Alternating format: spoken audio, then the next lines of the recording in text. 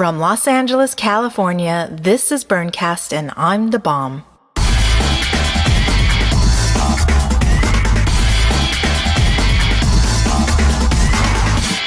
I'm at the home of Patty Lynn, whom I met at the strike line way back during the writer's strike. And I forgot how we found out we were burners, but Tomas told me. Oh yeah? He goes, you know Tanya, the podcast girl? Is that what he called me? I was like, yeah. He's like, she went to Burning Man, right? And I was like, no, I didn't know that. I don't know how he found that out. I think I told him. He wanted to know how I got into podcasting. Oh, okay. Yeah. Right.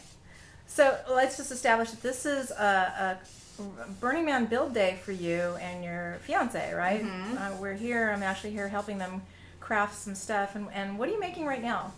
Well, this is just a chalkboard that I'm staining the frame of, and the theme camp that we're doing this year is called the Cathedral of Blessed Debauchery. Nice. And we're building a cathedral out of 3 Costco carport tents, and we're going to have one of our activities is what we call the open mic pulpit.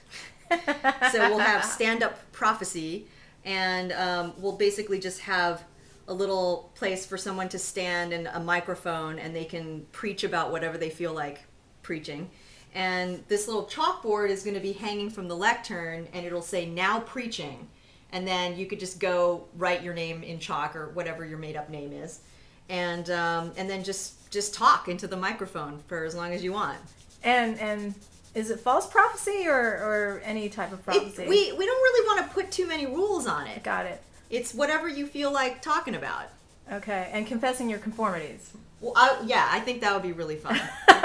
It would be great to do a little confessional booth. Yeah. That would be cool. Yeah, but you got to mic your confessioners so that we all hear what they're confessing.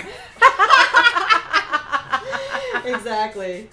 Because what good is it if it's private, right? Right, exactly. So, let's see.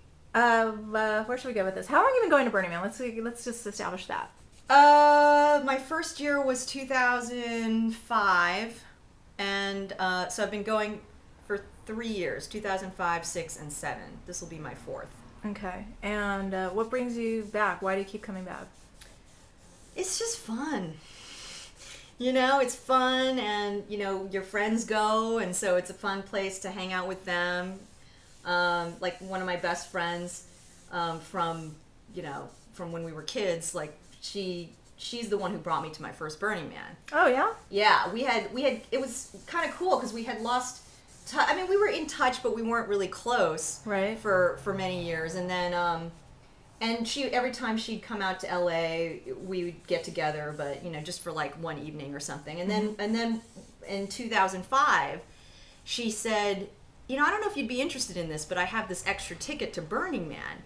And I'd heard about Burning Man just recently, before that, and it sounded like really fun. Right. But I wasn't motivated enough to kind of get my own ticket and like find out, where to camp and do all this stuff. But then as soon as she said, I have this extra ticket, you can camp with us, I was like, okay, great, and then she reserved an RV, and she just like pretty much took care of like all of the details. Okay. So it made it really easy for me to go, and we totally bonded during that trip, and cool. we're like really close again now, Aww. She's actually going to be official at our wedding. All right, let's talk about that. So you're getting married on the playa. Yes. And that's actually one of 3 different types of events for your nuptials is right. Burning Man.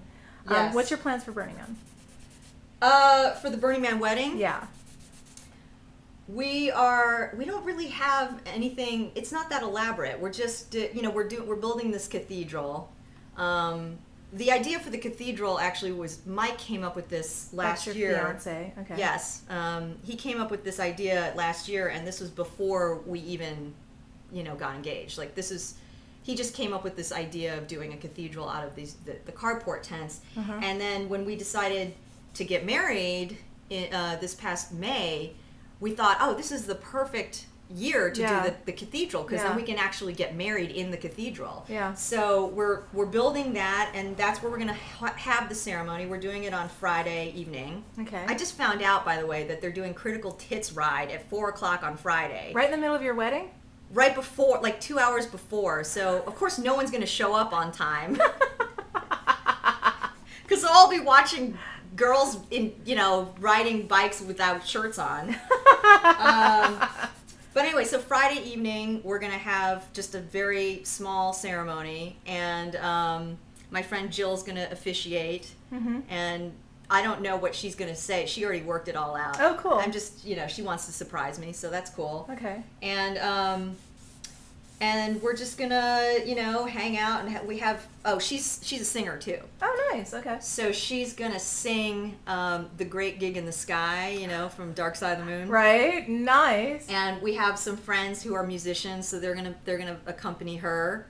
My friend Jason from college is gonna be playing the viola. Oh, He plays the cool. viola, and this is cool because he hasn't been to Burning Man in like 9 years or something. Oh, wow. Yeah, so this is going to be his first time back in a long time, and he's coming there for our wedding, Wow.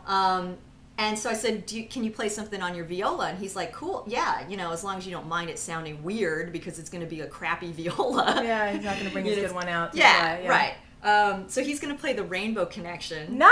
On his viola. And, we're going to just eat and hang out and listen to music, and it'll be really low-key. Cool. And where is your wedding going to place, and where's your camp? The camp we've got a great spot this year. Uh-huh. This is the first time I am going to be camping with a theme camp. Uh-huh. And we just found out our location is going to be 730 Portal. So that's basically right on the Esplanade. Nice. And I never in a million years thought I would ever be on the Esplanade, because every year that I've gone, I've ended up in the boonies, Uh-huh. So far that you can't even, it's like it takes a day to ride to center camp, Yeah. So and these are and people you get there really early and you still end up in the boonies. But this time we have this theme camp, and our main motivation for doing the theme camp was really to get a good spot. Uh-huh. And you did. Good job.